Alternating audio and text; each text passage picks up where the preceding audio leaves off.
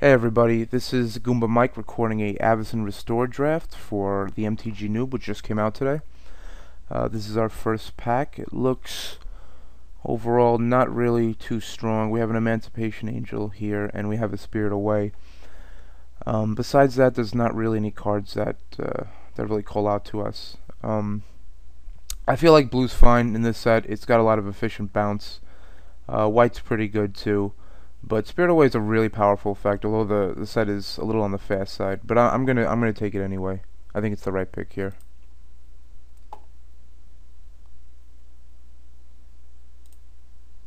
Oops. Alright, here we also have another not so stellar pack. There's nothing in another color that really calls out to us. Reforge the Soul, I'm not crazy about. Eaten by Spiders is an okay card. Call to Serve is fine too in white, but it's not enough for us to switch colors. So Appeal from Reality is pretty effective in blue because it has a lot of come into play effect creatures, like the bird that bounces and the flyer lets you draw a card. So we'll just take the peel and see what we get in pack 3.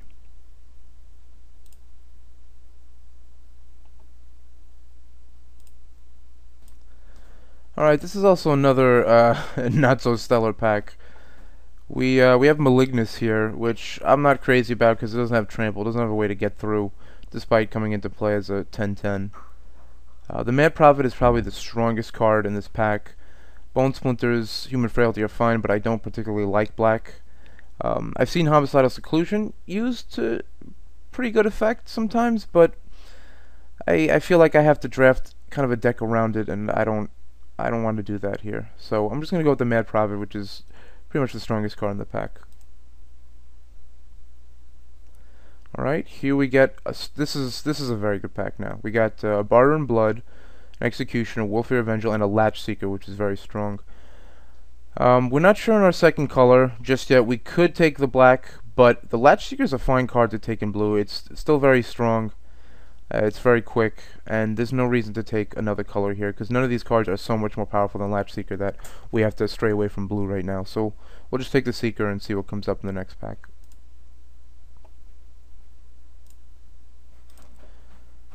Okay, here we have a very good black card, some decent red cards, and nothing else really. We already have the Mad Prophet, so I think we're open to go red, although I don't know if blue mixes well with the human route here. We have the Malcontents and the Cathar.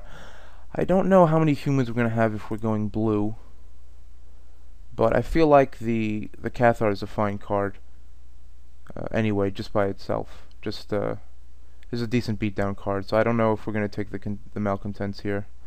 I think we'll just take the Cathar over that. Although we do have some bounce that could work with the Malcontents. You know what, we'll take the Malcontents, just because potentially it could be much more abusive. Alright, here we have a Vanishment, and we have an Exterminator. We also have an Endless Rest, which is okay if we want to get to our Spirit Away faster or want to splash in something else. Exterminator is working pretty good if it gets in, but it doesn't seem like there's a lot of ways in this set to really do that efficiently. And Vanishment's just a really nice bounce spell, so I think we're just gonna go with the Vanishment here. Alright, here we have not so good cards, except for Vorse Claw and maybe Lumberknot, but the Crippling Chill is just a solid card. Gives us some tempo, and so we'll just take that.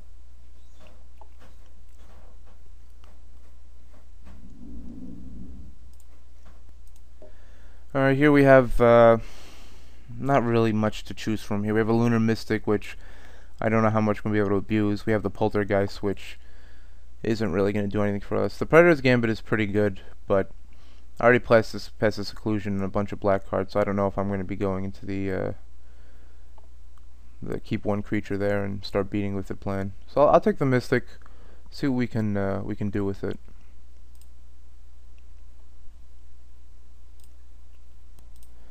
Okay, here's a choice between Thunderbolt and Dangerous Wager, which I actually like both cards, but I feel like Thunderbolt is the much more powerful sideboard card. It's even main deckable as a single copy. So I'm just going to take the Thunderbolt, and we can get some wagers later. Here we got Dreadwaters, Poltergeist, the Coldest Serve, or Mental Agony.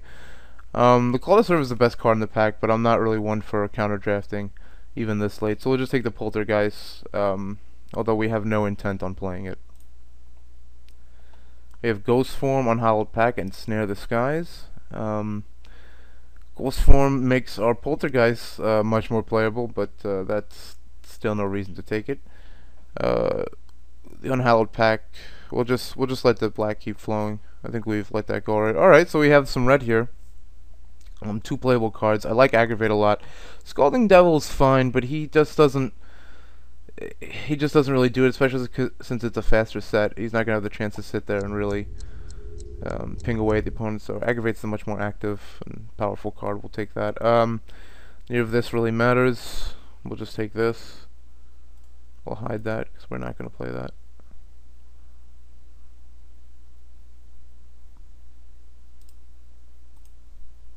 Okay, this is a pretty easy one. We just take the Demolish. Our last pick will probably be a land.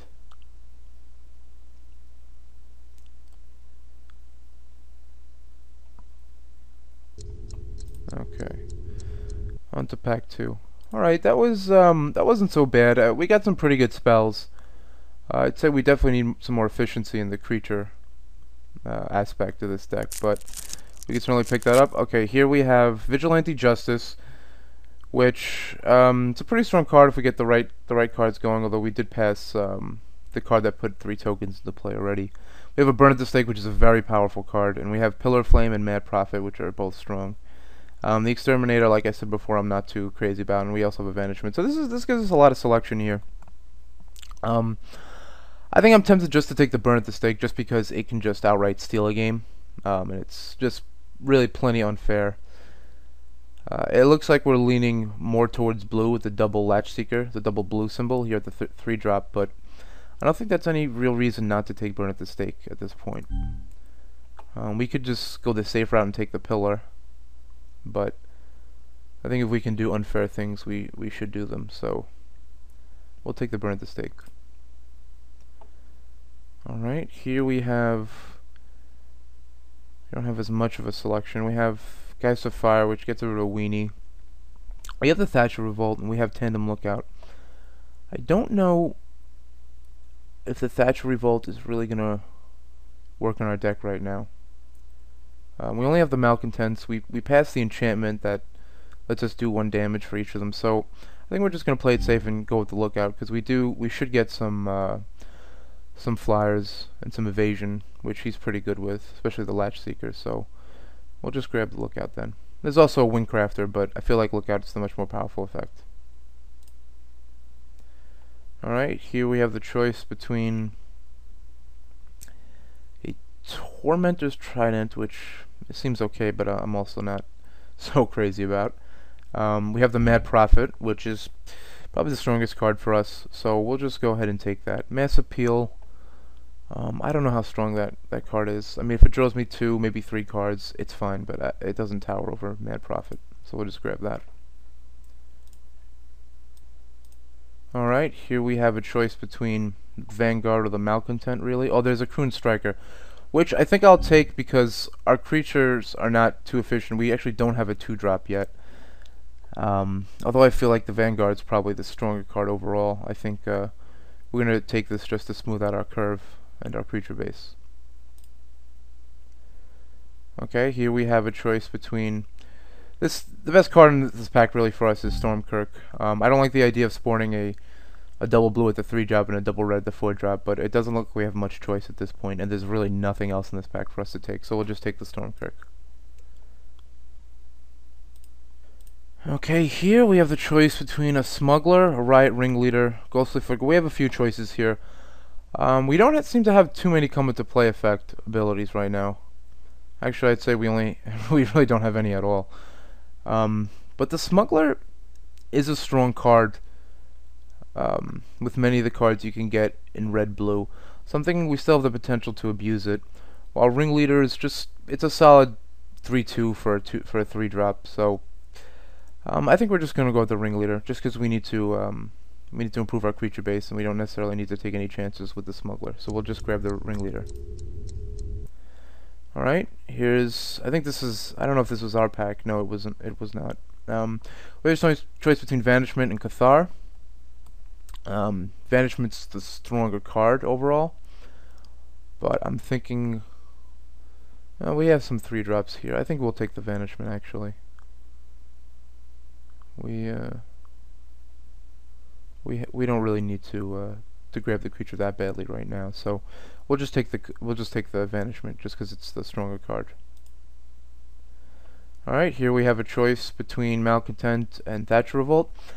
Thatcher Revolt is kind of it's something we have to abuse in one turn and use with another card, and we don't really have anything like that except Burn at the Stake, but that would be 8 mana and 4 red symbols, which is just ridiculous.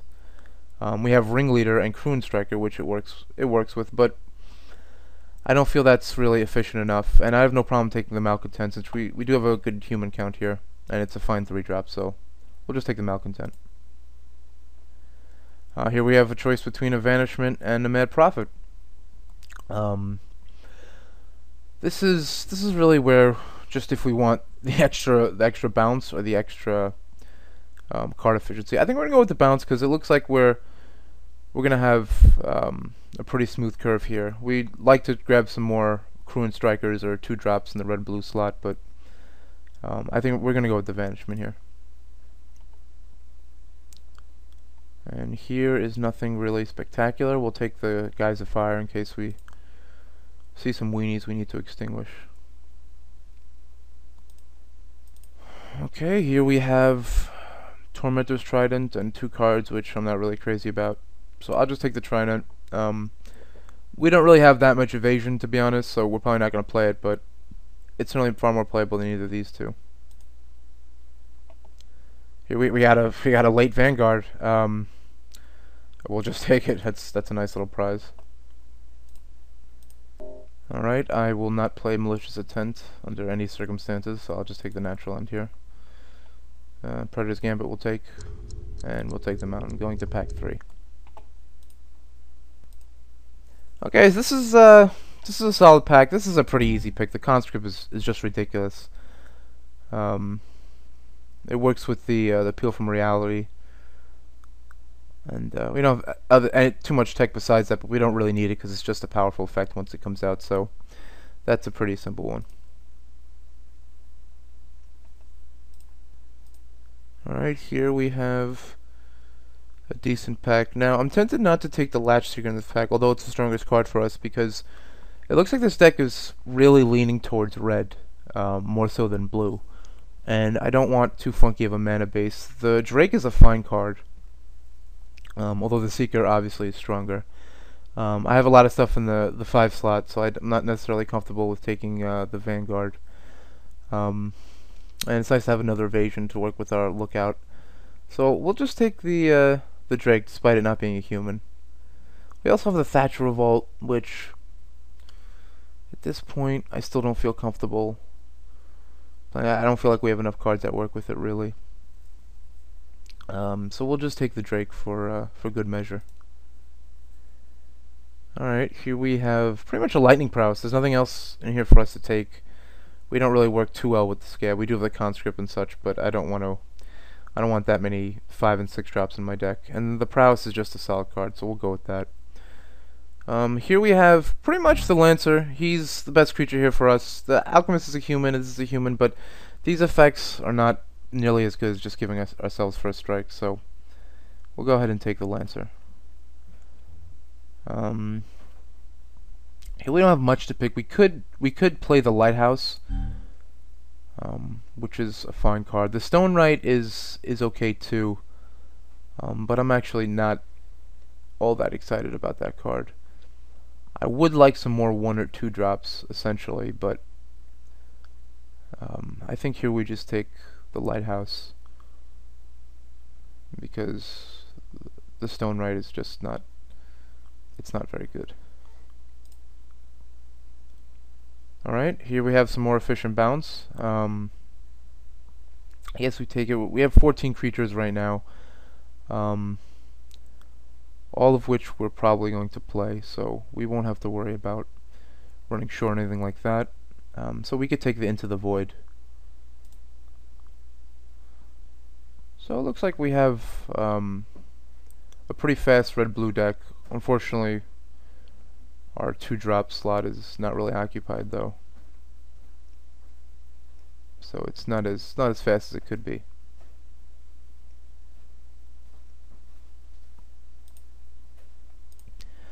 Alright, here there's not much to take. I think I'll just take the Devil, because there's nothing really else to play, and we might play it with our, well, we actually don't really have anything that works with it too well, but we'll take it anyway. There's nothing else to really take from this pack. Alright, we have Ghostly Touch, Geist Snatch, Dual Casting, Sunwall Vigilante. The Dual Casting, I don't think we really have that much to really abuse it. We have the Vanishments, which could be pretty good, but I don't feel like committing a creature and a card to the chance to bounce 2 of their creatures. So I think I'm just gonna go with the Ghostly Snatch. We could side it in if there's a creature we really need to get rid of, and the Ghostly Touch doesn't really have any tech with us. So here we'll just take the Wager. That's a fine card. We play our hand, and then we can just play that and draw some new cards. So we'll grab the Wager. Okay, nothing really for us to take here. We'll take the Bladed Bracers, though I doubt we're really going to be playing it.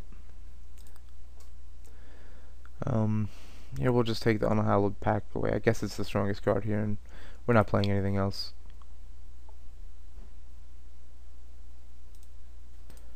Okay, nothing much to take here. We'll just take the Scrapper.